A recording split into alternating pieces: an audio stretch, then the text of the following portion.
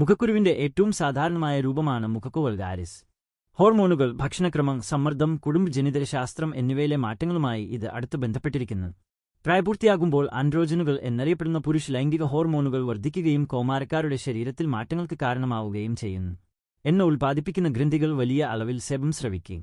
ഈ എണ്ണകൾക്ക് ചർമ്മത്തിന്റെ ഉപരിതലത്തിലെ നിർജ്ജീവ ചർമ്മ കോശങ്ങളെ പിടിച്ചെടുക്കാനും സുഷിരങ്ങൾ അടയ്ക്കാനും കഴിയും. കൂടുതൽ സെബം ഉത്പാദിപ്പിക്കുമ്പോൾ മുഖക്കുരുവിന്റെ അപകടസാധ്യത കൂടുതലാണ്. ആവർത്തിച്ചുള്ള മുഖക്കുരു സാധാരണയായി ഉയർന്ന ഗ്ലൈസെമിക് ഇൻഡെക്സ് ഭക്ഷണങ്ങൾ കഴിക്കുന്നത് രക്തത്തിലെ പഞ്ചസാര ഉയർത്തുകയും വീക്കമുണ്ടാക്കുകയും സെബത്തിന്റെ ഉൽപ്പാദനം വർദ്ധിപ്പിക്കുകയും ചെയ്യുന്നു. സംസ്കരിച്ച ഭക്ഷണങ്ങൾ, പഞ്ചസാര അടങ്ങിയ ഭക്ഷണങ്ങൾ, വൈറ്റ് ബ്രെഡ്, ഉരുളക്കിഴങ്ങ്, വൈറ്റ് റൈസ് തുടങ്ങിയ അന്നജമുള്ള ഭക്ഷണങ്ങൾ എന്നിവ ഉയർന്ന ഭക്ഷണങ്ങളുടെ ഉദാഹരണങ്ങളാണ്. ചർമ്മ സംരക്ഷണ ഉൽപ്പന്നങ്ങൾ ബാക്ടീരിയകളെ തടയുന്ന എണ്ണകൾ നീക്കം ചെയ്യുന്നതിലൂടെയോ മുഖക്കുരുവിന് കാരണമാകും. ഇവയിൽ ചർമ്മ സംരക്ഷണ ഉൽപ്പന്നങ്ങൾ ഉൾപ്പെടുന്നു: ആൽക്കഹോൾ അധിഷ്ഠിത ടോണറുകൾ, എണ്ണ അടിസ്ഥാനമാക്കിയുള്ള സൗന്ദര്യവർദ്ധക വസ്തുക്കൾ, കട്ടിയുള്ള ചർമ്മ ക്രീമുകളും മോയ്സ്ചറൈസറുകൾ. ചർമ്മം അമിതമായി വൃത്തിയാക്കുന്നത് വരൾച്ചയിലേക്ക് നയിച്ചേക്കാം. ഇത് സെബത്തിന്റെ അമിത ഉൽപാദനത്തിനും മുഖക്കുരു പൊട്ടിപ്പുറപ്പെടുന്നതിനും കാരണമാകും. മുഖക്കുരുവിന്റെ അപകടസാധ്യത കുറയ്ക്കുന്ന നിരവധി ജീവിതശൈലി മാറ്റങ്ങളുണ്ട്. 8. വ്യായാമത്തിനോ കഠിനമായ പ്രവർത്തനത്തിനോ ശേഷം ചർമ്മം സൗമ്യമായി വൃത്തിയാക്കും. ചർമ്മം അമിതമായി വൃത്തിയാക്കുന്നത് ഒഴിവാക്കുക, പ്രത്യേകിച്ച് കഠിനമായ സോപ്പുകൾ ഉപയോഗിച്ച്. മൃദുവായ എണ്ണരഹിത മോയ്സ്ചറൈസറുകൾ ഉപയോഗിക്കും. പല മരുന്നുകളും സെബം ഉത്പാദനത്തെ സ്വാധീനിക്കുന്ന ഹോർമോണുകളെ ബാധിക്കും.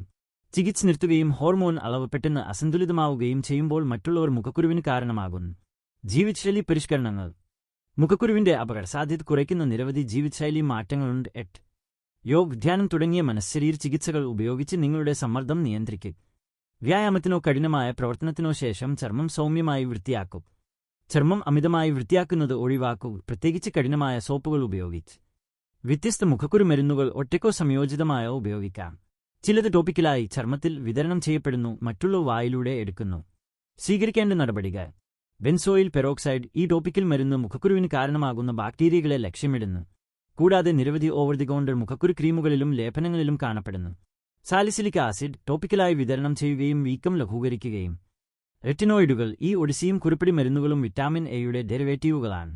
അർബാലിൻ, ടാസറോട്ടീൻ, ട്രെറ്റിനോയിൻ എന്നിവ അടങ്ങിയ ടോപ്പിക്കൽ അല്ലെങ്കിൽ ഓറൽ ഫോർമുലേഷനുകൾക്ക് ചർമ്മകോശങ്ങൾ വളരുന്നത് തടയാൻ കഴിയും.